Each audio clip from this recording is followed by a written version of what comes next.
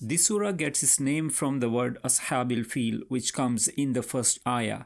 Al-Fil means the elephant. This surah is one of the earlier surahs that were revealed to our Prophet ﷺ in Mecca. So this is a Meccan surah. Surah Al-Fil consists of 5 ayat. The story of Surah al-Fil starts from Yemen, which was ruled by Abrahah back then. Yemen is also the land where the famous incident of a boy and the then king of Yemen, Dhu-Nuwas, happened. The king finally killed the boy because he was following the deen of Allah subhanahu wa ta'ala. That story, the story of Ashabul Ukhdud, is mentioned in Surah Al-Buruj in the Quran. After the boy was killed, the people who witnessed that killing also started to believe in Allah subhanahu wa ta'ala, and the king killed them all by throwing them in the burning fire. In retaliation, the Christian king of Abyssinia, with the help from the Byzantine Empire of Constantinople, invaded Yemen and put an end to the Himyarite rule in around 525 AD, and the entire land of Yemen came under the Abyssinian rule. The Abyssinian army was led by 2 commanders, Ariyat and Abrahah. After Yemen was conquered, both the commanders had a dispute with each other with troops on each side. Both Ariyat and Abrahah decided that instead of bringing our troops against each other, why don't both of us have one-on-one, and whoever wins will become the king. So in a single combat, Abrahah killed Ariyat and became the king of Yemen. Abrahah not only wanted to spread Christianity in the rest of the Arab lands, but also wanted to take the ownership of the lucrative trade route that the Arabs, especially Quraish, had the monopoly on. To do that, what he did was that he built a magnificent cathedral in Sana'a, which was the capital of Yemen. He named this new place of worship al-Qudus, which in Greek is called Ecclesia. When he completed building the cathedral, he wrote a letter to the king of Abyssinia, Negus, and said, "I shall not rest until I divert all Arab pilgrims to this new place of worship in Sana'a." This means he wanted people to perform their Hajj in Sana'a around Ecclesia instead of in Makkah around Kaaba. When Arabs came to know about this new place of worship being built in Yemen and Abrahah enforcing Arabs to come to Sana'a instead of Makkah, some young men of Quraysh went to Sana'a and desecrated the cathedral. Some historians say that one of them defecated inside the building, while others say that they set fire to it. But there is another opinion amongst the historians that either or both of these acts of desecration could have been done by Abrahah himself to give him an excuse to invade Makkah and destroy the house of Allah there. After this incident, in around 570 AD, he built up an army of 60,000 strong with 13 elephants. Some historians say 9 elephants, while others say only 1 elephant. The lead elephant was called Mahmud. While this army was marching towards Makkah, they first met a Yemeni chief by the name of Zun-Nafr, who got defeated, and Abrahah took him as a prisoner. Then they faced another Arab chief, Nufail bin Habib al-Khash'ami, in the land of Khash'am, but he was also defeated by Abrahah's army. Nufail offered his service as a guide to take them to Makkah if they don't kill him. He guided them towards Makkah, and they first stopped at Taif.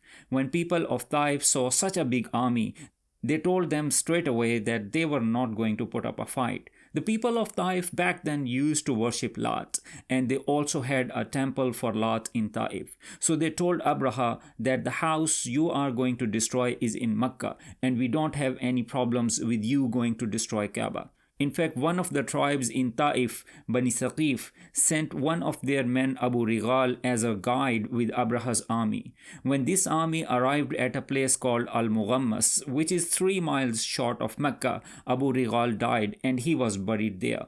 Later, Arabs would go to his grave and spit on it because he was considered as a traitor who led the army of Abrahah to Mecca.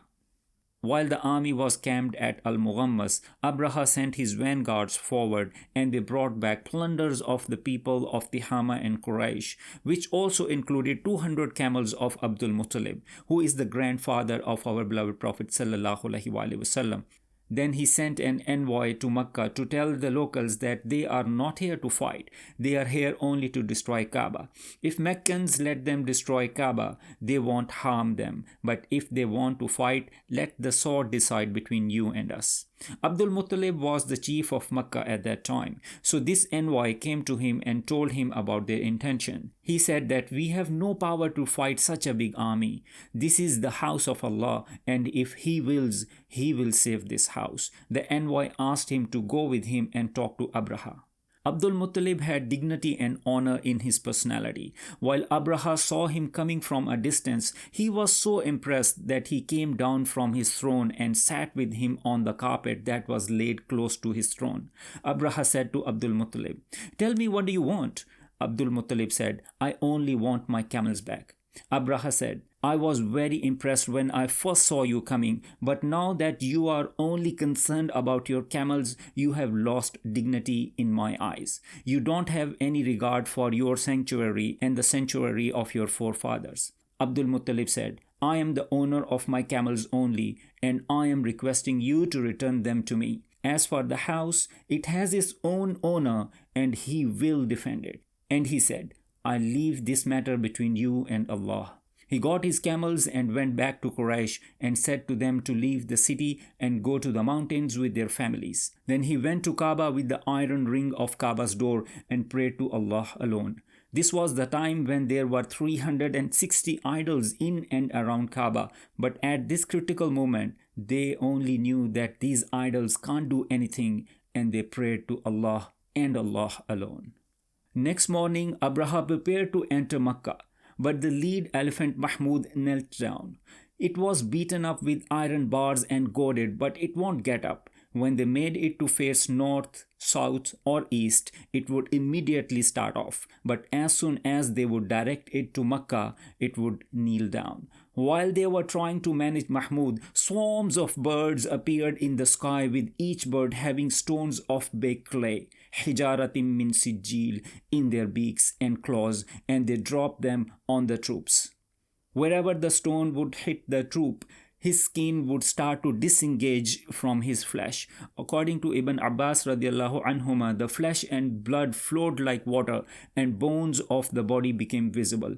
The troops started dying, some on the spot while others on the way back to Yemen. And they were all like asfim ma'kul, which is like chewed up grass. When cattle chew on the grass or hay, most they take in and some they spit out. That is asfim ma'kul, the chewed up grass. Historians say that none of the 60,000 survived. Even Abrahah died in the land of Khashram. This event happened at a place called Muhasir in the Muhasab Valley between Muzdalifah and Mina. According to a narration in Sahih Muslim and Abu Dawood, our Prophet ﷺ came across this place during his Hajj. He quickened his pace through this valley. Imam Nawawi said that this is because this is the place where the incident of elephant took place. Imam Malik rahimahullah mentioned in his Muwatta that Prophet ﷺ said, "The whole of Muzdalifah is fit to stay except the valley of Muhasir."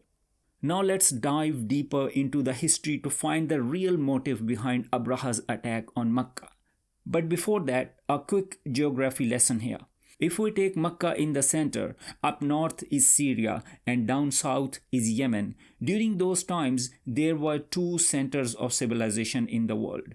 On the western side, there was Europe and Africa, which could connect to the Arab lands through the shorelines of Syria. And on the eastern side, there was China, India, and Persia, which could connect to Arab lands through the coasts of Yemen. The international trade of that time between these 4 or 5 marketplaces, the spices, the food, and other goods could happen via the sea route, but the pathways through sea are normally very treacherous and extremely difficult to navigate. So what developed over time that the goods from Europe and Africa could land at the ports of Syria on one side, and from China and India at the port of Yemen on the other side. And then the caravans would take the land route to the other side. This is how international trade of that time was conducted. The land route was controlled by Saba or Sabian Empire. Queen Sheba is also mentioned in the Quran in Surah An-Naml. The Sabian Empire not only had complete monopoly over this highly profitable trade route between Yemen and Syria, but they also built incredible irrigation systems and dams and a flourishing agricultural economy. The Sabian Empire not only earned from taxes on this international trade route, but they also sold their own goods, which was primarily fresh produce. This double income made the Sabian Empire wealthy and prosperous. This continued until 450 AD, when a massive flood devastated the dams, severely damaged the trade route, and destroyed the port. This disaster led to a significant economic collapse, paralyzing the entire Sabian Empire. As a result, the Arabs living in Yemen were forced to migrate to other parts of Arabia. Amongst these migrants were the Aus and Khazraj tribe, who eventually settled in Medina following the fall of the Sabian Empire. A man by the name of Qusay bin Qilab emerged in the Hijaz region. He is considered a pioneer figure because he was the one who gathered all the children of Ismail together and had them all converge in Makkah. Qusay had a dream to make Makkah the new route city that once Yemen was. Makkah had significance for two reasons. One, it was and still is a religious center. At that time, the idols of all the Arab tribes were located in and around Kaaba. So Makkah and the Meccans were placed in high esteem, and no one would dare to touch them on their trade routes. And the second reason was water, the Zamzam. You know, when you travel through the desert, the place with the water would automatically become a resting place. To realize his vision around 450 AD, coinciding with dam's collapse, Qusay invited Abd Manaf and other families to Makkah, and they were all settled there.